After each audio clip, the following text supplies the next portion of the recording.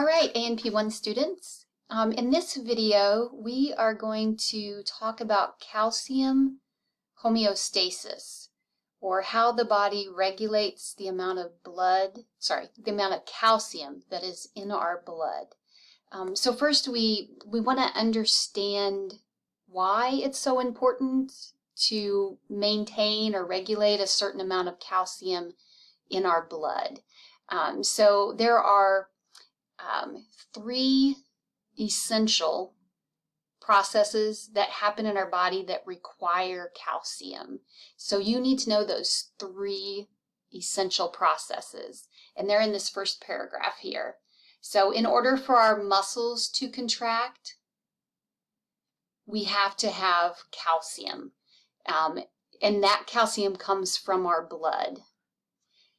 Another essential process that calcium is required for is the sending of nerve impulses. So our ability to send a nerve impulse down a nerve or a neuron does require calcium. So that can't happen unless we have calcium. And then the last essential process you have to know about that requires calcium is blood clotting. So hopefully you can see that those three processes in the body, muscle contraction, nerve impulses, blood clotting, without those three processes happening normally, we would be dead. So calcium, maintaining the right amount of calcium in the blood, so those three processes can happen normally, is vital for our survival. So we have this homeostatic mechanism in our bodies that keeps that calcium within a normal range at all times, so that our muscles can contract normally, our nerves can send impulses normally, and our blood will clot. All right, so the reason that we talk about this calcium homeostasis in this chapter is because the bone, our skeletal system, our bones, they store the calcium in our bodies. So that's where 99% of all the calcium that is in our bodies is in our bones. The only 1% the other 1% of the calcium is in our blood. And that's the 1% that we want to keep in balance. We want to keep within a normal range in our blood, because that's the calcium that needs to run our muscle contractions, nerve impulses, and blood clotting. So we talk about calcium homeostasis in this chapter because bone plays a vital role as one of the effectors in homeostasis of calcium. But we'll talk about other effectors too as we go along.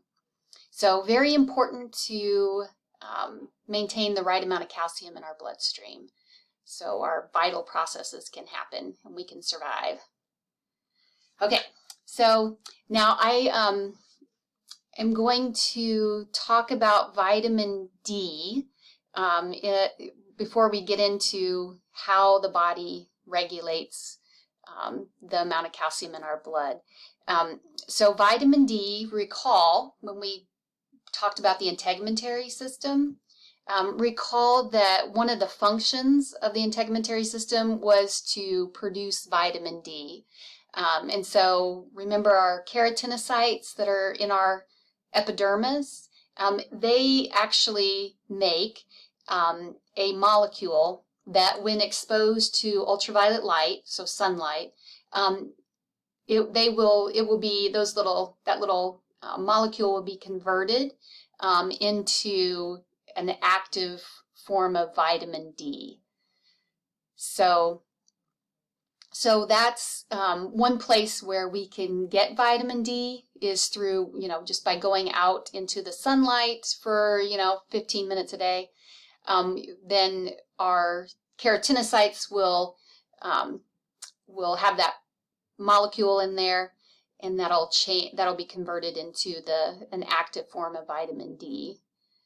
So, and then the other place, so say like it's a pretty rainy day today and the sun's not out, and so if we have, especially during the winter, have many days in a row like that, and we don't get a lot of sunlight, then we still can get vitamin D, but we can get it through our food. So we can consume like vegetables and fruits that have vitamin D, or fortified products too that will have vitamin D in them. So that's another source of vitamin D. So is through sunlight, and we get it from the conversion of our molecule into a vitamin D, or through our diet too, what we eat. So this section goes over a lot more details about how vitamin D is activated in the body, but I don't ask specific questions about how vitamin D is activated in the body. So I will we'll just refer to vitamin D. It plays a role in calcium homeostasis, so that's why we need to incorporate it into this section. But as far as knowing, the whole how it gets activated, just know that the source of it is through production in the keratinocytes of the skin, and also through our diet. So that's how we can get some vitamin D into our bodies to help us maintain our calcium levels in our blood. All right. So the next thing that we'll talk about, and I'm going to go to our objectives here. So we've talked about the sources of vitamin D, and then we talked about the importance of, and maybe I will add that as I think I need to add that as an objective.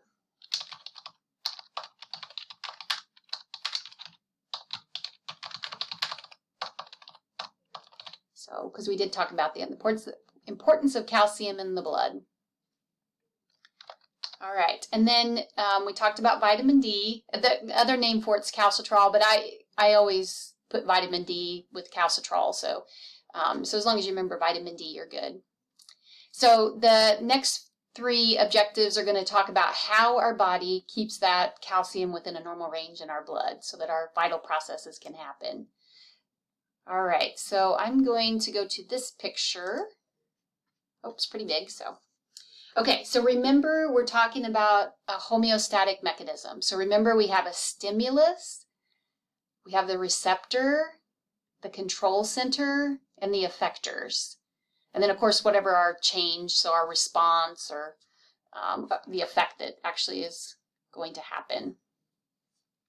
Okay, so this is showing here, we got a blood vessel here.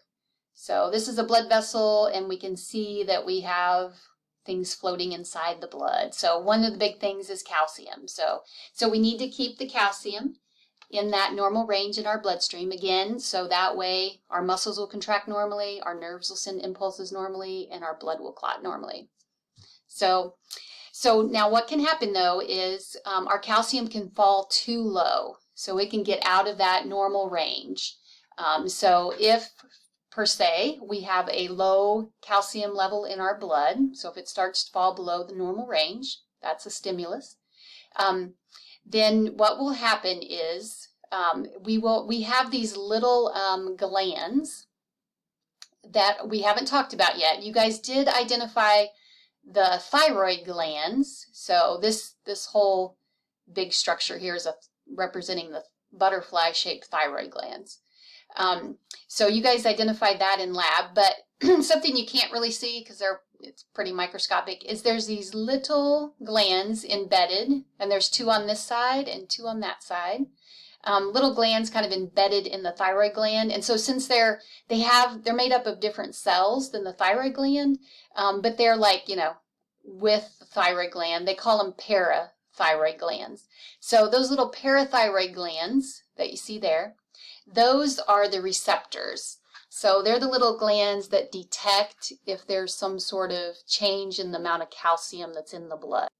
So once they detect that the calcium level in the blood is too low, what they will do, they need to send a signal to let the control center know that the calcium is too low in the blood.